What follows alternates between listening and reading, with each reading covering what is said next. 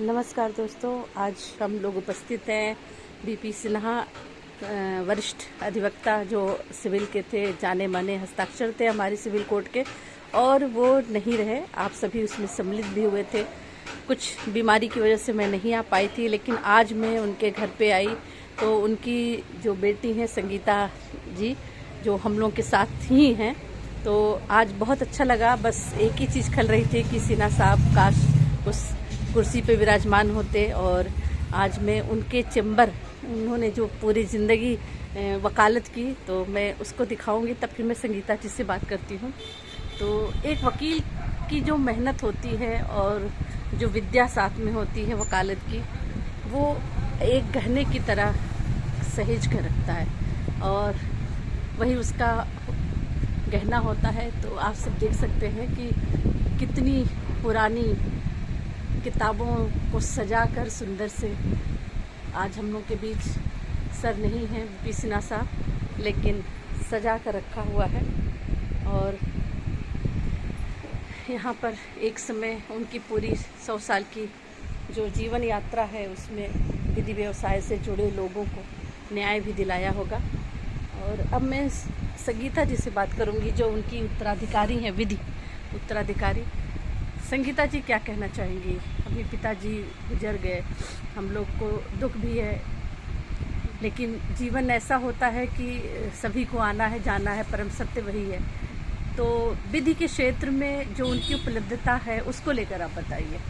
विधि के क्षेत्र में जो उनकी उपलब्धता है, वो तो कचहरी के सारे लोग मुझसे बेहतर बता पाएंगे, क्योंकि अभी उनके जो जूनियर्स थे तो उस समय भी वो हमारे सुपर सीनियर हैं। एटलीस्ट वो सब 70-65 साल वाले जो लोग हैं, सब उनके जूनियर्स रहे हैं जी। विधि के क्षेत्र में उन्होंने जितना ज्ञान था, जितनी पुस्तकें हैं, मेरे ख्याल में उनको सब कंटस्ट था कि सीपीसी में क्या है। कभी कुछ पूछा तो उन्होंने सीधे कहा कि जाके सेक्शन 10 देख लो, ये हो जाएगा, या टीपी एक्ट में ये चीज़ें हैं। अपने पिताजी के सानिध्य में आपने वकालत कब से शुरू की?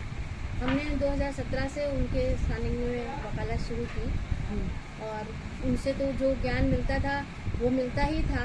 उनकी फाइलों से उन्होंने हमेशा यही कहा कि मैं तुम्हें जो ज्ञान दे पाऊँगा वो सिर्फ तुमको पढ़ने से आएगा, अपने से पढ़ने से आएगा। और तुम जितनी भी किताबें हैं या जितनी भी फाइलें हैं, तुम्हारे पास जो भी पेपर आता है, उसको सबको बार बार पढ़ो, बार बार पढ़ते रहो। बार बार जितनी बार तुम चीज़ों को पढ़ोगे, उतनी चीज़ें तुम्हें क्लियर होती जाएंगी। और वकालत सिर्फ और सिर्फ मेहनत से, पढ़ाई से, हर किताबों को बार बार, हर लॉ को बार बार पढ़ना।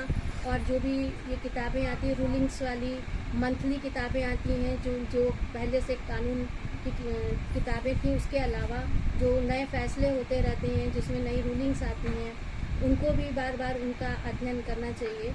और इसी से तुम्हारी वकालत निखरेगी। ये कुछ टिप्स आपके पिताजी ने दिया? ये उन्होंने दिया कि सीनियर किसी को कुछ नहीं सिखाता है, सिर्फ आप सीनियर्स एक आपको डायरेक्शन देता है कि आपको किस उसमें करना है।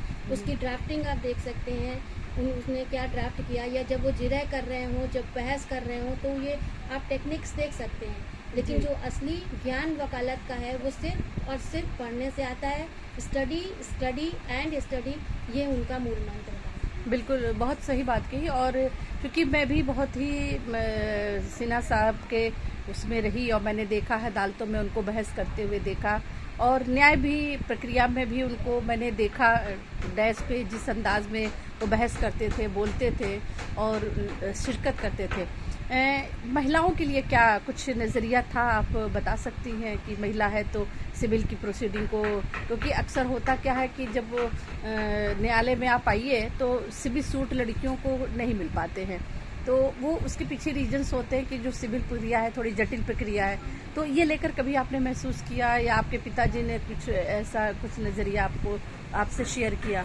नहीं, हमारे पिताजी ने कभी भी, मैं खुद एक महिला थी, उन्होंने कभी भी इस बात को लेके कोई बात हमसे नहीं कही कि एज अ लेडी मुझे कभी कोई तकलीफ हो सकती है। उनका नज़रिया इस मामले में एक ही था कि अगर आपको सिविल का वकील बनना है, आप चाहे महिला हो चाहे पुरुष हो, एक ही फंडा है, स्टडी स्टडी एंड स्टडी, बस, और कोई फंडा नहीं। बिल्कुल, बहुत सही बात कही। और दोस्तों, संगीता जी खुद मैं देखती हूँ, जैसा कि भी आपको बताया उन्होंने कि उनके पिताजी से उन्होंने बहुत सारे जो विधि क्षेत्र के टिप्स हैं वो सीखा और अमल में लाई, और वो अमल अब न्यायालय में भी दिखता है। न्यायालय में उनकी उपलब्धि है, अच्छे आर्गूमेंट करती हैं और क्लाइंट भी संतुष्ट रहते होंगे। अंतिम दिनों में पिताजी को याद करते हुए कुछ कहना चाहेंगी? हाँ, बस यही कहना चाहूँगी कि जो रास्ता उन्होंने दिखाया, जिस तरह से वो ईमानदारी से रहे। एक बात तो उन्होंने ये कहा कि अपने पेशे के प्रति और अपने मुवक्किलों के प्रति हमेशा ईमानदार रहिए। अगर आप किसी का काम अपने हाथ में लेते हैं तो ये डिपेंड नहीं करता कि आपके क्लाइंट आपको क्या पैसा दिया, उन्होंने फीस दी कि नहीं दी। एक बार आपने अगर उनका काम ले लिया तो आपको काम निपटाना आपका फर्ज है। इसके अलावा उन्होंने ये भी कहा, जब वो उनकी बहुत सी फाइलें थी जो उनकी पर्सनल फाइलें थी और काफ़ी दिनों से चल रही थी, तो उन्होंने एक ही बात कही कि हमारे सारी फाइलों को, मेरी जो भी क्लाइंट है उनको मेरी पर्सनल फाइल समझ के तुम डील करना। अब किसी भी क्लाइंट से किसी भी तरह की कोई डिमांड किए बिना अपने फ़र्ज़ के अकॉर्डिंग उनके केस में।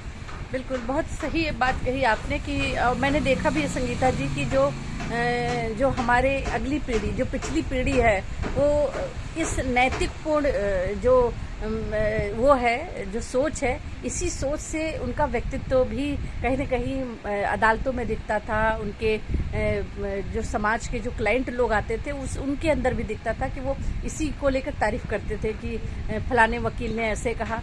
तो निश्चित रूप से हम सभी को प्रेरणा भी लेना चाहिए। आपका बहुत बहुत धन्यवाद, और आप अपने पिताजी के जो है ऐसे पद चिन्हों पे चलती रहे। ढेरों सारी शुभकामनाएं। और सर, आज मैं आपके घर में बैठी हूँ, आपको नमन करती हूँ। आपको